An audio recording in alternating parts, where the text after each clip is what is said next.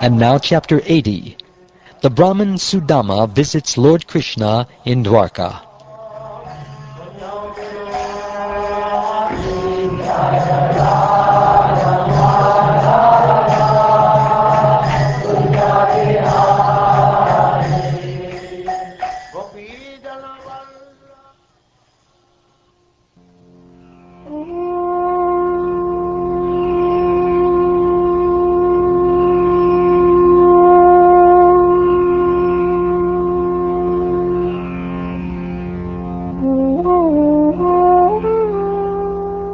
King Parikshit said, "My lord, O master, I wish to hear about other valorous deeds performed by the Supreme Personality of Godhead, Mukunda, whose valor is unlimited. O Brahman, how could anyone who knows the essence of life and is disgusted with endeavoring for sense gratification give up the transcendental topics of Lord Uttama Shloka after hearing them repeatedly? Actual speech is that which describes the qualities of the Lord. Real hands are those that work for Him. A true mind is that which always remembers Him dwelling within everything moving and non-moving. And actual ears are those that listen to sanctifying topics about Him. An actual head is one that bows down to the Lord in His manifestations among the moving and non-moving creatures.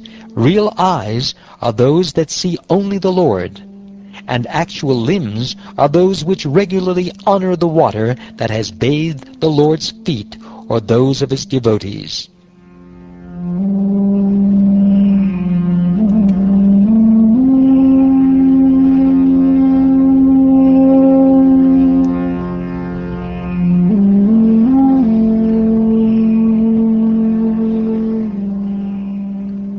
Thus questioned by King Vishnurata, the powerful sage Badarayani replied, his heart fully absorbed in meditation on the Supreme Personality of Godhead, Vasudeva. Shukdeva Goswami said, "Lord Krishna had a certain Brahmin friend named Sudama, who was most learned in Vedic knowledge and detached from all sense enjoyment. Furthermore, his mind was peaceful and his senses subdued. Living as a householder, he maintained himself with whatever came of its own accord. The wife of that poorly dressed Brahmin suffered along with him, and was emaciated from hunger. The chaste wife of the poverty-stricken Brahmin once approached him, her face dried up because of her distress. Trembling with fear, she spoke as follows. "O Brahmin, isn't it true that the husband of the goddess of fortune is the personal friend of your exalted self? That greatest of Yadavas, the Supreme Lord Krishna, is compassionate to Brahmins and very willing to grant them his shelter. O fortunate one, please approach him, the real shelter of all saints. He will certainly give abundant wealth to such a suffering householder as you.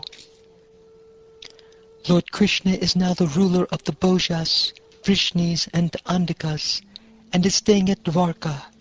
Since he gives even his own self to anyone who simply remembers his lotus feet, what doubt is there that he, the spiritual master of the universe, will bestow upon his sincere worshipper prosperity and material enjoyment, which are not even very desirable?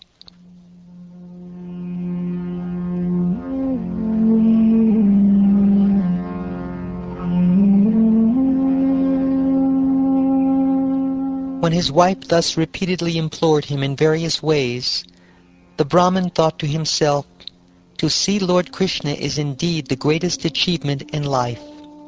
Thus he decided to go, but first he told her, "My good wife, if there is anything in the house I can bring as a gift, please give it to me." Sudama's wife begged 4 handfuls of flat rice from neighboring Brahmins, tied up the rice in a torn piece of cloth, and gave it to her husband as a present for Lord Krishna. Taking the flat rice, the saintly Brahmin set off for Dvaraka, all the while wondering, how will I be able to have Krishna's audience?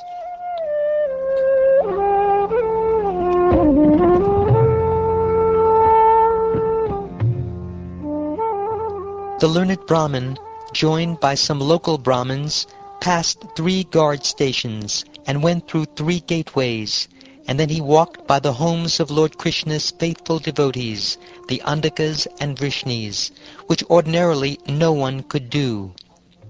He then entered one of the opulent palaces belonging to Lord Hari's 16,000 queens, and when he did so, he felt as if he were attaining the bliss of liberation. At that time, Lord Achyuta was seated on his consort's bed. Spotting the Brahmin at some distance, the Lord immediately stood up, went forward to meet him, and with great pleasure embraced him. The lotus-eyed Supreme Lord felt intense ecstasy upon touching the body of his dear friend, the wise Brahmin, and thus he shed tears of love. Lord Krishna seated his friend Sudama upon the bed. Then the Lord, who purifies the whole world, personally offered him various tokens of respect and washed his feet, O king, after which he sprinkled the water on his own head. He anointed him with divinely fragrant sandalwood, aguru, and kumkum pastes, and happily worshipped him with aromatic incense and arrays of lamps. After finally offering him betel nut and the gift of a cow, he welcomed him with pleasing words. By fanning him with her chamara, the divine goddess of fortune personally served that poor Brahmin, whose clothing was torn and dirty, and who was so thin that veins were visible all over his body. The people in the royal palace were astonished to see Krishna, the Lord of spotless glory, so lovingly honor this shabbily dressed Brahmin. The residents of the palace said, "What pious acts has this unkempt, impoverished Brahmin performed? People regard him as lowly and contemptible, yet the spiritual master of the 3 worlds, the abode of goddess Shri, is serving him reverently. Leaving the goddess of fortune sitting on her bed, the Lord has embraced this Brahmin as if he were an older brother." Taking each other's hands, O king, Krishna and Sudama talked pleasantly about how they once lived together in the school of their guru. The Supreme Lord said, "My dear Brahmin, you know well the ways of Dharma. After you offered the gift of remuneration to our guru and returned home from his school, did you marry a compatible wife or not? Even though you are mostly involved in household affairs, your mind is not affected by material desires, nor, O learned one, do you take much pleasure in the pursuit of material wealth. This I am well aware of. Having renounced all material propensities, which spring from the Lord's illusory energy, some people execute worldly duties with their minds undisturbed by mundane desires. They act as I do, to instruct the general populace. My dear Brahmin, do you remember how we lived together in our spiritual master's school?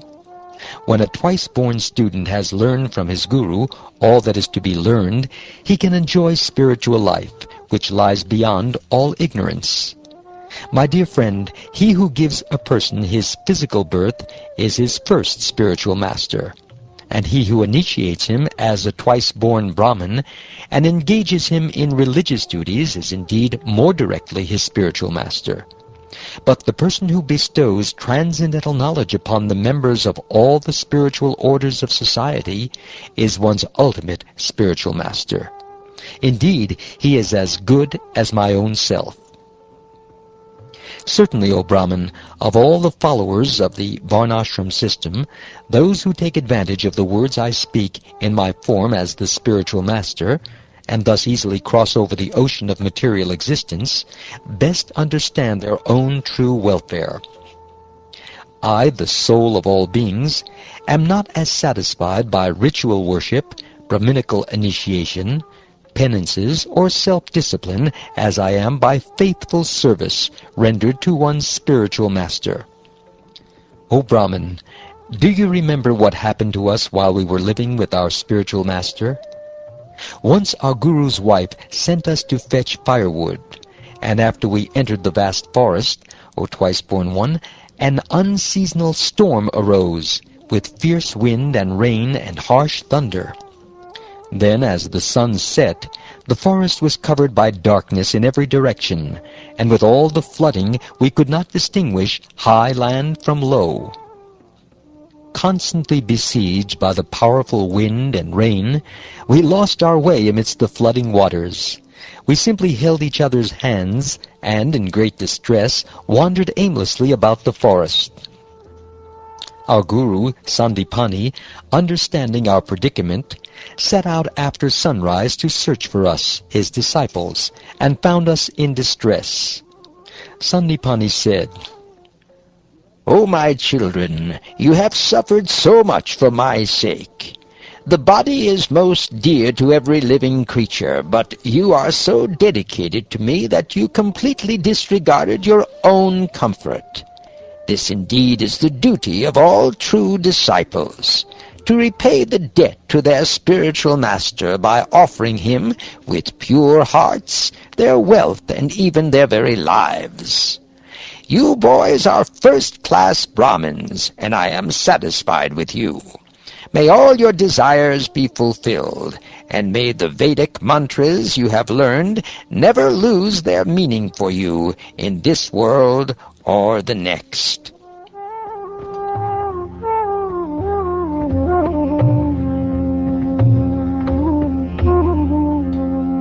We had many similar experiences while living in our spiritual master's home. Simply by the grace of the spiritual master, a person can fulfill life's purpose and attain eternal peace. O Lord Krishna, what could I possibly have failed to achieve, O Lord of Lords, O universal teacher, since I was able to personally live with you, whose every desire is fulfilled at the home of our spiritual master? O Almighty Lord, your body comprises the absolute truth in the form of the Vedas, and is thus the source of all auspicious goals of life. That you took up residence at the school of a spiritual master is simply one of your pastimes, in which you play the role of a human being.